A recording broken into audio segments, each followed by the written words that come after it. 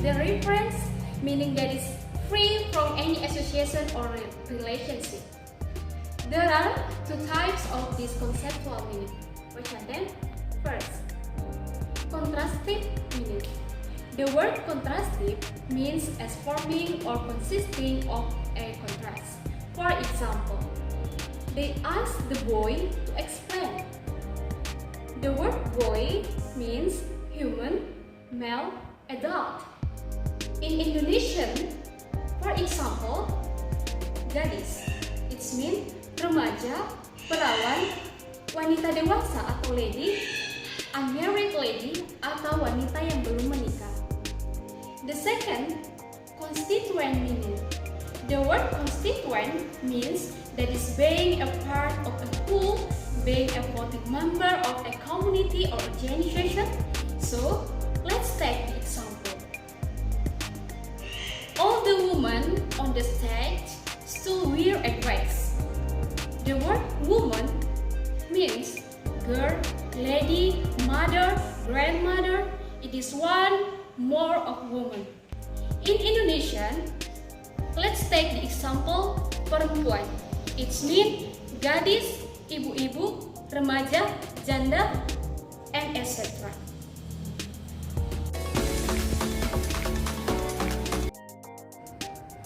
Connotative meaning. Connotative meaning is the communicative value of an expression over and above its purely conceptual content. It is something that goes beyond mere reference of the word and hints at its attributes in the real world. For example, in English, woman. The psychosocial connotation could be gregarious, having maternal instinct. For the womanhood, it could be bubbling, experience in cookery, skirt or dress with wearing, etc. In Indonesia, kakek, it could be pikun, keriput, and rentan terhadap penyakit.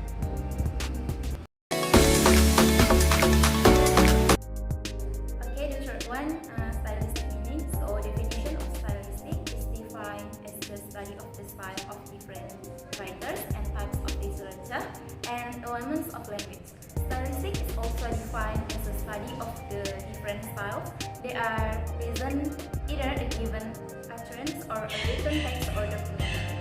The consistent appearance of certain structured items and elements in speech, utterance, or in a given text is one of the major concerns of stylistic. In fact, stylistic meaning refers to the way you write. It refers to manner of writing, and different writers have different style. The main aim of stylistic, first, to enable us understand the intent of the authors in the manner the information has been passed by author or writer. Second one, to understand the workings of what is defined socio-culturally as a literature. The third one, stylistic, is concerned with the examination of grammar, lexis, semantics, phonological properties, and discursive device. We can define stylistic is the study of style. When you want to study a particular author or word, so you're doing stylistic. In the stylistic, you are studying the style of word, the style and utterance, how an utterance is uttered, or the style of written text, how a written text is produced, or the style of document, how a document is framed. For example, in English, if somebody died, somebody might express the same idea like he died, but in another set of words, in another way of his style, you can say the same idea like he passed away, he left for heavenly abroad, and so on.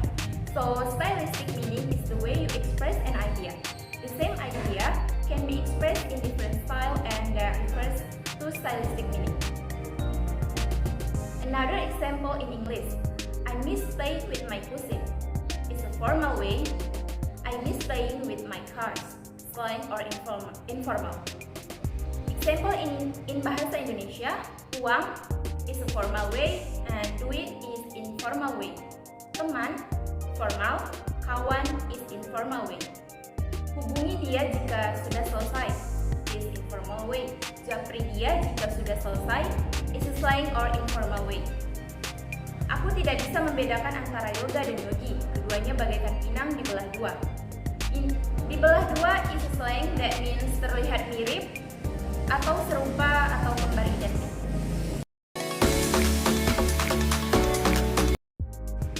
Reflective meaning. Reflective meaning is the phenomenon whereby a single word or phrase is associated with more than one sense or meaning. At the lexical level of language, reflective meaning arises when a word has more than one conceptual meaning or multiple conceptual meaning. Example in English, action of a building. It means the construction of a new building or structural alteration or addition to any building. The second example is hope. The word hope is replaced by speakers. They use the word poster to indicate the general meaning of the word and avoid its taboo sense. In Indonesia, the example is sunlight. In Indonesia, the word sunlight doesn't refer to the light of the sun, but it refers to dishwashing liquid because of the great influence of the sunlight product that made it like that. Thus, we can see the reflective meaning has great importance in the study of semantics. Fifth, affective meaning. Affective meaning is about an expression of the feeling and attitude of the speaker through use of language towards the listener. For example, in English, first, "You are such a terrible person. I hate you so much." If the speaker speaks the sentence with a high tone and loud voice, it means a speaker shows an anger and negative attitude towards the listener. The second example, "How can you be this cute?" If the speaker speaks the sentence with a high and cheerful voice, it means a speaker shows an aggression towards the listener. Now the example in Indonesia. "Kamu baik sekali sudah membantu saya. Terima kasih banyak." If the speaker speaks the sentence with a slow and soft voice, it means a speaker shows a positive attitude and gratitude towards the listener. Fourth, collocative meaning.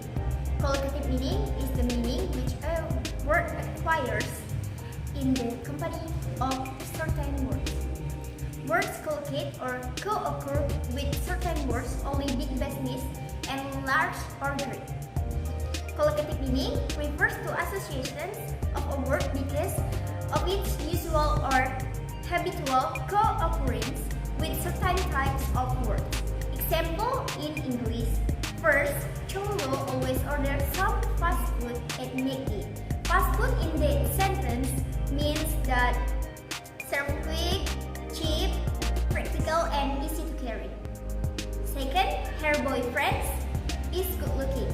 Good looking at that sentence means handsome, pretty, and cool. Example in Indonesia. Yang pertama, Juno menyusun peralatan lukis bersama Renju. Di sini peralatan lukis menyatakan bahwa itu adalah kanvas, cat, kuas, dan buku gambar. Kedua, Jamie dan Jungkook pergi membeli bumbu dapur. Bumbu dapur di sini merupakan arti dari cabai, bawang merah, bawang putih, lada, dan garam. The last meaning is thematic meaning. Thematic meaning refers to what is communicated by the way, in which a speaker or a writer organizes the message in terms of ordering, focus, and emphasis. Thematic meaning is mainly a matter of selection between alternative grammatical construction. So, the thematic meaning aims to emphasize words by using active and passive sentence. Thematic meaning can help us to understand the message in a sentence. For example, in English, "I'm feeling lucky because you always beside me." In active sentence, "You always beside me and I'm feeling lucky."